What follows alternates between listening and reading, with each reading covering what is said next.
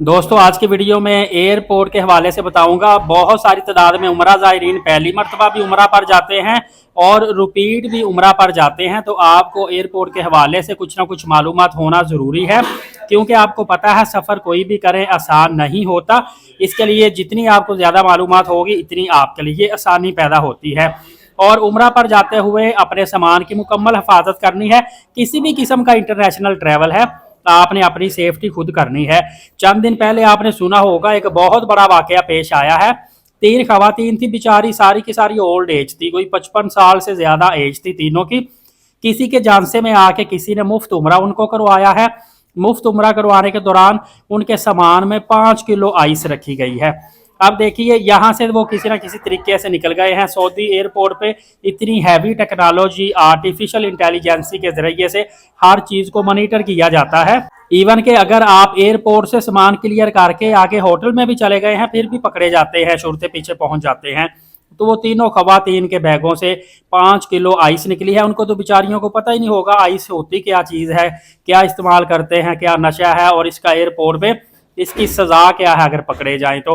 वो तीनों को तीन खवातीन जो हैं उनको 25-25 साल कैद हो चुकी है। इससे पहले आपने पाकिस्तान में एक बहुत बड़ा वाकया सुना था, लाहौर एयरपोर्ट पे पेश आया था कि वो 2 बेचारे बूढ़े मर्द और मियाँ बीवी थे, उनको किसी ने मुफ्त झांसा देकर उम्रे पे भेजा और उनका एयरपोर्ट पे बैग ही चेंज कर दिया। उनके बैग का जो टैग था वो किसी और बैग के साथ लगा के उनको दे दिया।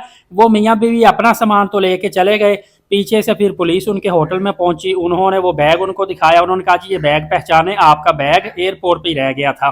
तो मियाँ बीवी ने कहा ये तो हमारा बैग ही नहीं है।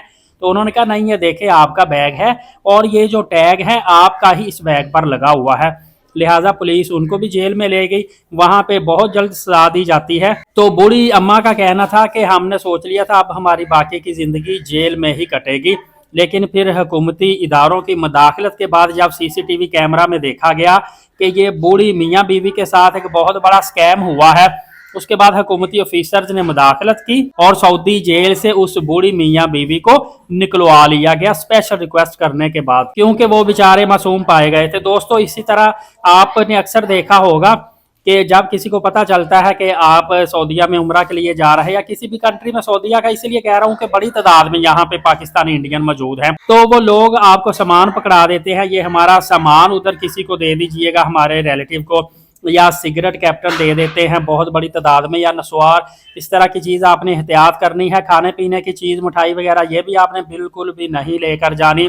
इसी तरह पावर बैंक आपने 25,000 mAh से ज़्यादा का नहीं लेके जाना। आप सऊदी गाका इंटरनेशनल एयरपोर्ट जो है इसके जाके ऑफिशियल वेबसाइट देखेंगे, वहाँ पे सारी टर्म एंड कंडीशन पॉलिसी और इवन के ये भी बताया जाता है कितने डॉलर और कितनी मालियत का आपने सामान लेकर आना जाना है।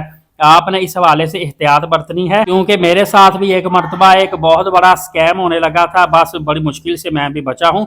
जितना भी बंदा अपने आप को समझदार समझे, एहतियात करे, कहीं ना कहीं फिर भी गलती हो ही जाती है। मैं आपको इस हवाले से गाइडलाइन देता रहूंगा। आपने एलीट साकिब यूट्यूब चैनल को सब्सक्राइब करके बेल नोटिफिकेशन को ऑल रखना है। और सऊदीया में स्पेशल किस्म की मेडिसिन भी अब आपने लेकर जानी है, तो उसकी स्पेशल अप्रूवल लेकर जानी है, अदरवाइज सऊदीया के कवानीन बहुत ज़्यादा सख्त हैं और इस पर अमल दरामद भी वो करते हैं। अपना बहुत सारा ख्याल रखिएगा। बहुत शुक्रिया।